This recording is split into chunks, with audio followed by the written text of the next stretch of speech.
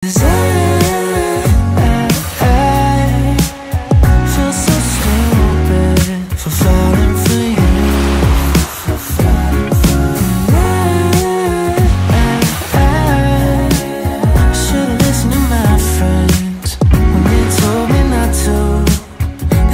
guys! Welcome back sa akin channel.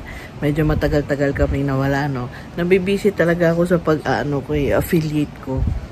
So araw-araw talaga ako nagpo-post ng mga videos. Kalimitan 6 videos a day dun sa pag-affiliate para bumenta ng bumenta yung mga products. Tapos update tayo guys, no? Dahil sa sobrang init ngayong summer, as in minsan umaabot ng 42 degrees, 50 degrees, sa sobrang init talaga. Hindi na kinaya ng pipino namin. Tingnan nyo. Wala na, tinanggal na. Kasi namatay na talaga yung pipino. Tingnan nyo yung kamatis. Oh. Tuyot na tuyot, oh. Tingnan nyo, oh. Lantang-lanta na talaga. Do, sayang yung mga bunga niya. Kasi ayan, oh, may bunga, oh. Tingnan nyo. May bunga talaga yan, ayan, oh. Oh. Cherry tomato to. Itong puno na to. Pero tingnan nyo, grabe yung pagkalanta niya kasi sobrang init. As in, tingnan nyo, oh.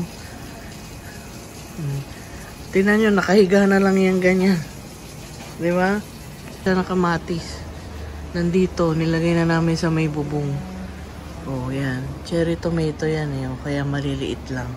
Pero, yung pagka-cherry tomato niya, yung mahaba, hindi yung pabilog.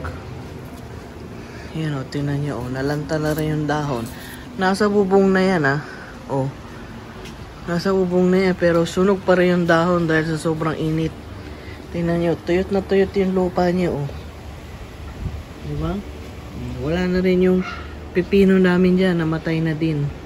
Hindi na talaga kinaya sa sobrang init. Kaya magtatanim na lang kami ulit kapag katag-ulan na. Yung mga tipong mga July, August na. Yan, magtatanim kami ulit ng pipino. Tapos papalitan ko na lang yung balang niya doon. Kasi ultimo yung sili, ewan ko kung kakayanin sa sobrang init. Yung Chinese kangkong, ayun, kinaya niya. Ayun, oh. Pakita ko, yung ating Chinese kangkong. Oh. Yan na lang talaga yung nabuhay sa ating mga tinanim. Oh, diba? Napuno na ng apis. Oo nga, yun. Panghawa sa mga kangkong niya. Nagluto si Ate Lina ng biko. Diyan na niya. Masarap yung biko ni Ate Lina. Mas magugo yan. Kaya pala. Makunat-kunat. At hindi kulay putla. Kain tayo. Putla yan. Kaya ang asukal naman niya, itim. Alam mo, ang asukal niya, kalahating kilo lang. Kaya hindi matamis. Inatik mo. Ayun. Ang biko ni Ate Lina.